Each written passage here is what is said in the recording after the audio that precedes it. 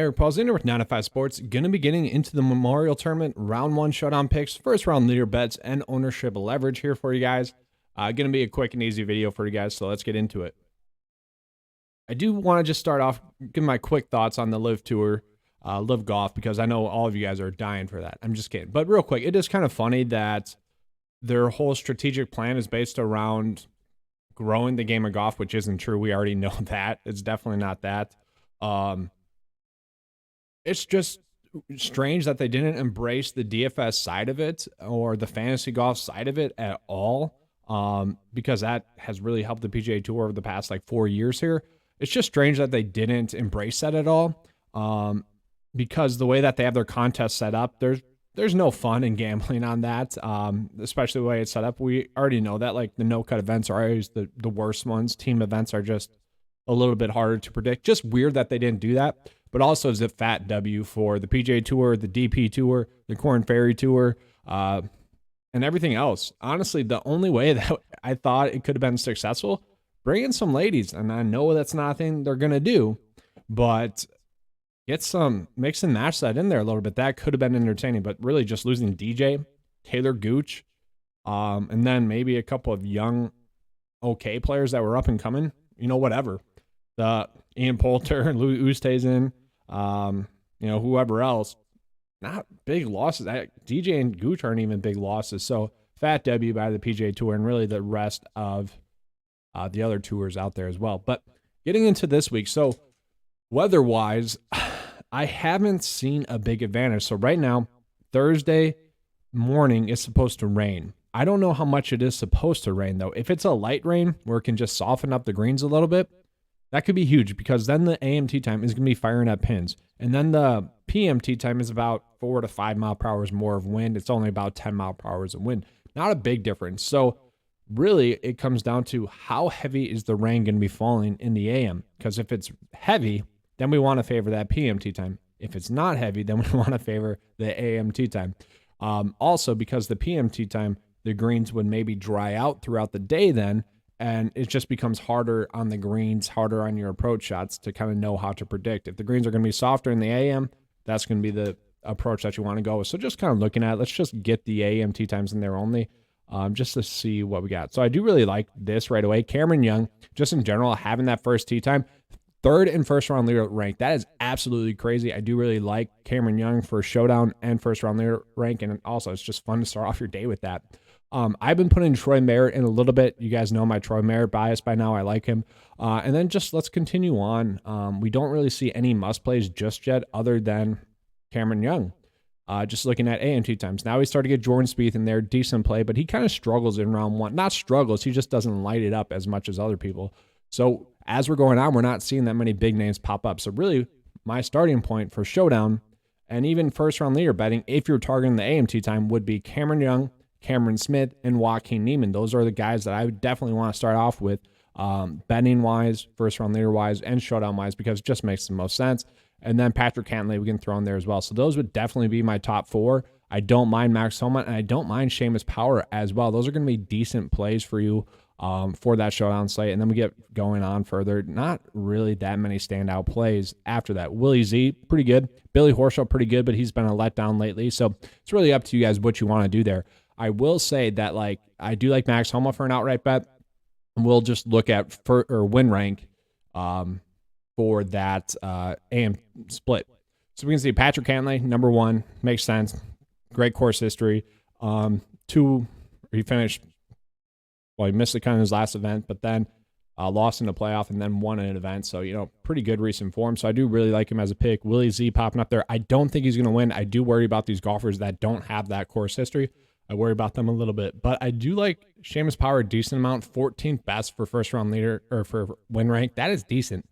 A little bit better across the board. I do like Max Homa though still. Colin Morikawa, that's up to you guys what you want to do. So really, I like Patrick Cantlay. I do like Max Homa for outright bets. Jordan makes a lot of sense as well. But let's just look at it all. Let's look at the full. Well, we'll just go afternoon tee time now and see what we got. Oh, I messed that up. There we go.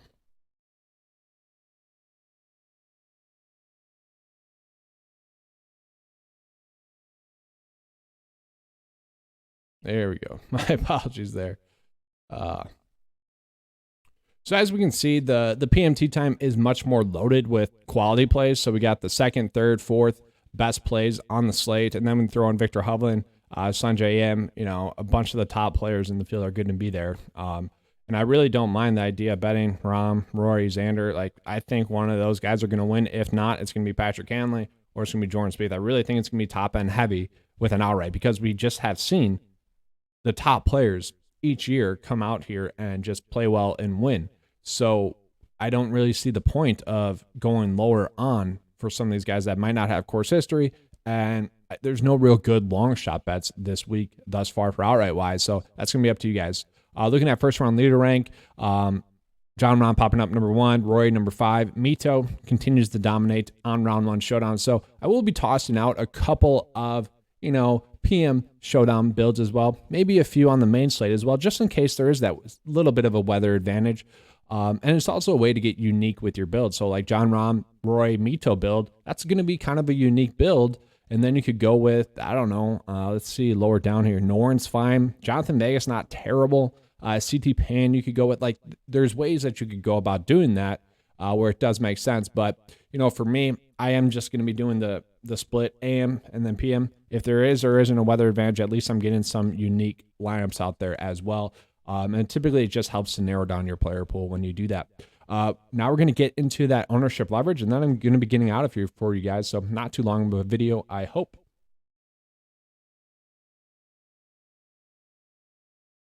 All right, so the theme with the ownership leverage this week, and I'll get this out a little bit further, is that a lot of people are spreading out their ownership on the top end, which is smart. That is what should be the case. So like John Rahm is the top player on the board this week, but do you have to pay up for him? That's for you to decide.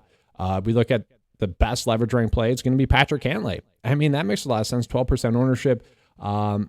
Maybe people are worried about that miscut at the PGA Championship, but much like Scotty Scheffler last week, I just think it was kind of like a one-off situation. So I fully expect Patrick Cantlay to be able to bounce back at a course he's dominated at in the past. So that does make a lot of sense to me. Bryson, pretty strong play, obviously. It's just health concerns, so it's no surprise that he's really popping up here leverage rank-wise. I don't think he's withdrawn yet. I think he's going to play this week. I don't really want to target him. And like same thing for Harris English. I believe he's still playing in this one. 14th best leverage rank. Those two players, you could take the risk with it. It wouldn't be too shocking to see them play well. I don't think golfers are going to be rushing back as much these days. That's just my personal opinion, and we've kind of seen that play out when they already have an established injury. So, if you guys want to play them, that's up to you. Billy Horschel makes a lot of sense that he's popping up ownership leverage-wise, and it also makes sense why people aren't trusting him this week after 2 kind of lackluster weeks. He still is going to be a quality pick, and you can definitely gain some ownership there on him. And then like Corey Connors, decent play, projected ownership 10%. That's not too much. Xander's still popping up there. I mean, he's a quality play, has safety and upside that I like. Daniel Berger, I don't think we need to go with him. That's going to be up to you guys. But let's just sort this by salary because I want to point out something that I find kind of interesting. And this is my personal thing. This is not what the data is telling us. But I do find it very interesting that someone like Seamus Power, who does have about the same amount of winning upside as, I don't want to say Neiman, but kind of like Neiman, Berger, Connors, Answer, even Keegan Bradley, like Mito. Mito's 18% owned and Seamus Power 8%. Now, yes, Mito's ranking out really well, but half the ownership for a guy that has just as much winning upside. That's pretty interesting to me. Obviously, both kind of GPP plays. Neither of them are cash plays. We don't have course history for Mito. That's why he's not a cash play. That's well established there. But very interesting there, I think, is that, Seamus Power could potentially be someone that pops in. He's not terrible for ownership leverage, 17th. That's good enough. And then let's just look at the bad ownership plays thus far. Okay, so Kevin Streelman. So Kevin Streelman, I definitely get he's a value play, 8% ownership. That makes a lot of sense. But, he's been terrible. And that's not something I want to chase. Where like Brendan Steele, much better, I don't want to say much better recent form, but better recent form, just as good course history, he makes more sense. And for me, something that's worked out really well is when a player that has been overpriced or too high owned leverage rank wise, and he's not popping up there. Let's see if I can find an example. Neiman's not exactly that example, not terribly in the red, but let's just say Neiman, 16% ownership, that's a decent amount. You don't have to play him because you're getting a like plays in its price point range. You could easily just go with Corey Connors or someone right there instead. Where it just makes sense to make a pivot to an alike play that has almost just as much likelihood to make the cut and just as much likelihood to pop, or kind of vice versa. A lot of the times ownership has been based off of who has the best ability to top 5 or win. And so you could just go pivot to someone safer ownership wise. So here, let me find a better example of that. So Jordan Spieth, let's just use him as an example. Like, you don't have to play Jordan Spieth this week. I do think he's a great play, and I am going to be playing him. But let's just say that this got up to 25% ownership. You could easily pivot to, let's say, Shane Lowry, Will Zalatoris, Xander Schauffele, for example, purposes, where they're pretty much the same play. It just, you're not really losing any upside or any risk with it. You're just going to bake in the fact that if Jordan Spieth misses the cut, you are gaining a ton on the field, okay? This is my long way of saying that when looking at a value play, especially like Brendan Steele, if he misses the cut, it's not going to hurt you for 2 reasons. One, he's decently high owned, especially for the value tier, and also the fact that he's 6.6K. The fact that you're trying to play a value play is showing us that you're going to be paying up for a couple of studs on the top end. So that's for you to decide what you want to do. You don't have to play him. He's not a must play, and it's telling us don't play him, okay? But with the value play, it just doesn't hurt you as much if they miss the cut. And I'm talking about cash. I'm talking about a main build. I'm talking about being able to make a profitable build. Obviously, you need 6 for 6 across the cut line to take down a GPP.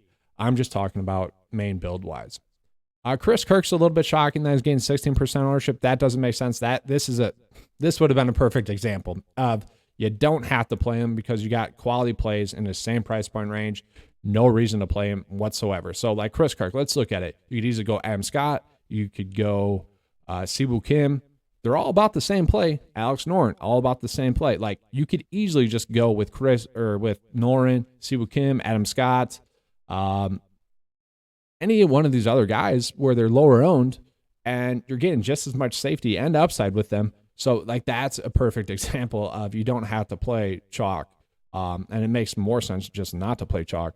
Ricky gained some ownership, good course history. That kind of makes sense. Patrick Reed, like, this is an easy fade to me. Does have great course history, has been playing better. 14% ownership is kind of crazy. No need to play him. And I should point out that, like, in this range, this is where Brian Harmon was last week. Like, he did start to get to the point where, like, you don't really have to play him. Tom Hoagie, Aaron Wise, even Matt Kuchar, like, these guys are all kind of just easy stayaways, I kind of think, because, well, we have so many like plays in this price point range, no need to really chase that ownership at all. So that's all I have for you guys for this video. Hopefully you guys enjoyed it. If you did, please give me a like and subscribe. I do appreciate that. If you guys want to join 9 to 5 Nation, click the link in the description below. $10 a month. All right, thanks for watching. As always, let's keep cashing.